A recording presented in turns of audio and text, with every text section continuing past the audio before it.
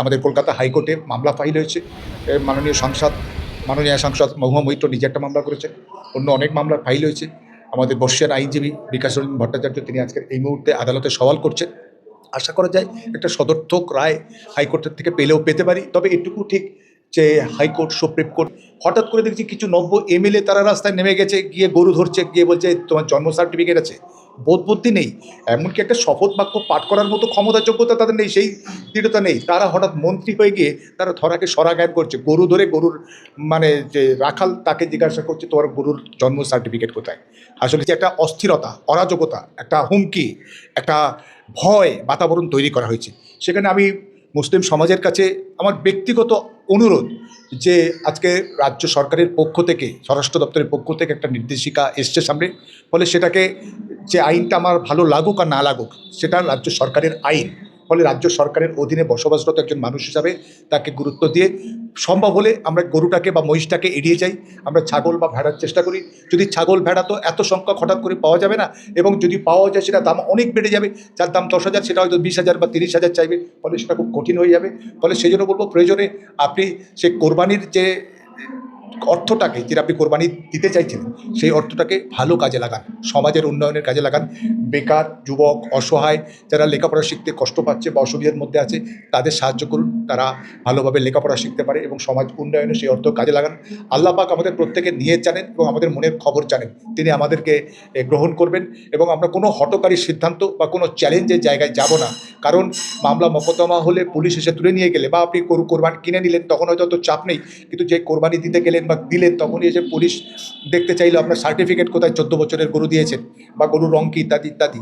বা আপনি ঈদের আগের দিন এসে পুলিশ আপনাকে কাগজ দেখতে চাইলো, তখন আপনি টাকা দিয়ে পশুটা কেনা হয়ে গেছে, অথচ আপনি কোরবানি দিতে পারছেন না, গরুটা তুলে নিয়ে গেল এবং আপনার বিরুদ্ধে কেস হলো। আগামী 27 তারিখ, 27শে মে, 27 তারিখ বা যদি চাঁদের হিসাবে 28 তারিখও হতে পারে, একদিন আগে পরে। 27 তারিখে ক্যালেন্ডারে আছে ঈদুল আজহা বা কোরবানির ঈদ, হ্যাঁ, আছে। ফলে এই ঈদের একটা অন্যতম বিশেষত্ব হচ্ছে যে পশু কোরবানি, গরু কোরবানি নয়, পশু কোরবানি আছে। এবং পশু কোন কোন পশু, সেখানেও সুনির্দিষ্ট নির্দেশিকা রয়েছে। সেটা গরু হতে পারে, মহিষ হতে পারে, উট হতে পারে, দুম্বা হতে পারে, ছাগল হতে পারে, ভেড়া হতে পারে। মূলত এইগুলোই আমরা মানে কোরবানি হিসেবে ব্যবহার করি। এবং অবশ্যই কোরবানির বিষয়টা হচ্ছে রূপক, যে আমাদের হজরত ইব্রাহিম আলাইসাল্লামের যে একটা নির্দেশনা, যে ত্যাগ, কোরবানি।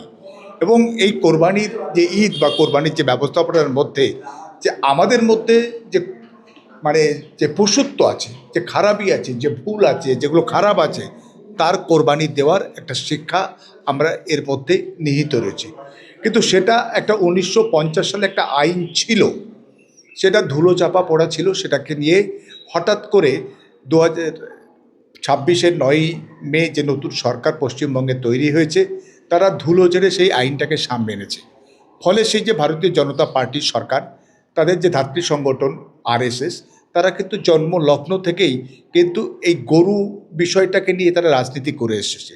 এবং সারা ভারতবর্ষে যে গোরক্ষার নামে যে তাণ্ডব, যে মানুষের উপর অত্যাচার, মোহাম্মদ আকলাককে যেভাবে পিটিয়ে মারা থেকে আরম্ভ করে বহু মানুষকেই কিন্তু প্রাণ হারাতে হয়েছে। ফলে সেই রাজনীতি আজকের পশ্চিমবঙ্গে এসে পৌঁছেছে। আমরা জানি যে ভারতবর্ষের অধিকাংশ রাজ্যে কিন্তু গরু কোরবানির ব্যবস্থা নেই। মূলত ছিল পশ্চিমবঙ্গে, কেরলে, গোয়াতে এবং উত্তর পূর্ব ভারতে, যেগুলো মূলত খ্রিস্টান অধ্যুষিত রাজ্য সেখানে। কিন্তু সেখানে কিছু বলছে না। এবং সেখানে যারা বিজেপির সভাপতি, সেই উত্তর পূর্বাঞ্চলের বিভিন্ন রাজ্যে, তারা প্রকাশ্যে দাবি করছে যে আমরা গরু খাই, গরু খেতাম, গরু খাবো এবং গরু নিয়ে সেখানে কোনো অসুবিধা নেই। অথচ পশ্চিমবঙ্গে সেই দলেরই সরকার, তারা এখানে গরু কোরবানির ব্যাপারে সে 1950 সালের আইনটাকে ধুলো ঝেড়ে সামনে এনেছে। এবং 14 বছরের কম বয়সী কোনো গরুকে কোরবানি দেওয়া যাবে না। যে গরু দুধ দিতে পারে, যে গরু কর্মক্ষম, তাকে দেওয়া যাবে না। যেগুলো মানে বাচ্চা হবে না, দুধ দিতে পারে না, অক্ষম, পঙ্গু, অথর্ব, সেই সমস্ত পশু। অথচ ইসলামের যে কোরবানি হচ্ছে হৃষ্টপুষ্ট এবং সুস্থ সবল পশুকে কোরবানি দেওয়ার বিধান রয়েছে। ফলে সে জায়গায় দাঁড়িয়ে আজকের কিন্তু সেই যদি যে 50 সালের আইনকে সামনে আনা হয়েছে, সেটা হলে মুসলমানরা সেই পশু কোরবানি দিতে পারবে না। আর তাছাড়া সেরকম কোনো ব্যবস্থাপনা কি আছে, বা হঠাৎ করে কি তৈরি করা সম্ভব? যে সার্টিফিকেট দেবে 14 বছর বয়স হয়েছে কিনা। সেই ভেটেরিনারি ডাক্তার কি সব জায়গায় আছে? পঞ্চায়েত সমিতি বা আপনার পুরসভার চেয়ারম্যানরা তারা কি ব্যাপারটা সম্পর্কে অবগত বা অবহিত? এবং তারপরেও তো আছে বা বলা হয়েছে যে সেখানে পঞ্চায়েত সমিতি বা পুরসভার চেয়ারম্যান যদি সম্মতি না দেয় বা ভেটেরিনারি ডাক্তার যদি সম্মতি না দেয়, 15 দিন পরে বা 15 দিন অপেক্ষা করার পরে সেখানে আপনাকে রাজ্য সরকারের কাছে অনুমতি প্রাপ্ত, ফলে 15 দিন নেই।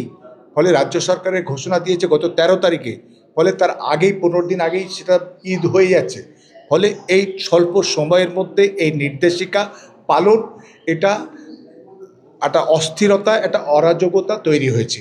ফলে আমার বোধ হয় রাজ্য সরকারের ভাবনা চিন্তা করে আর একটু সময় নিয়ে বিষয়টাকে গুরুত্ব দেওয়া দরকার ছিল।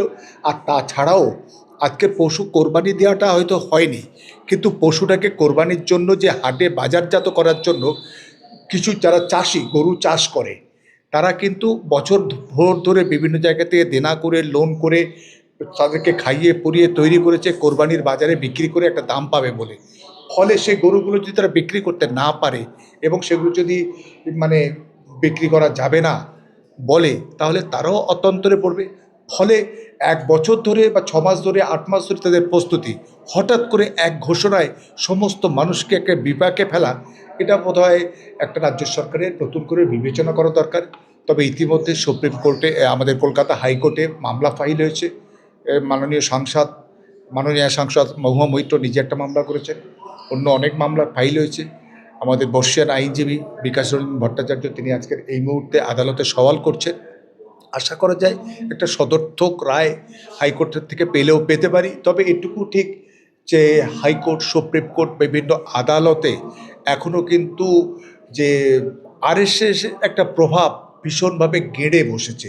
ফলে সেখানে ব্যাপারটা হচ্ছে পিছিয়ে পড়া, পিছিয়ে রাখা সমাজের অভাব, অভিযোগ, দুঃখ, দুর্দশা, কষ্ট, এ বিষয়ে সদর্থক রায় সেইভাবে আসছে না। এসআইআর নিয়ে সুপ্রিম কোর্টের যে বিভিন্ন বক্তব্য, একটা ধোঁয়াশাপূর্ণ ছিল। তারপরে ডবল এসআইআর পশ্চিমবঙ্গে হলো এবং ক্ষমতার পালাবদলকে আমরা লক্ষ্য করলাম।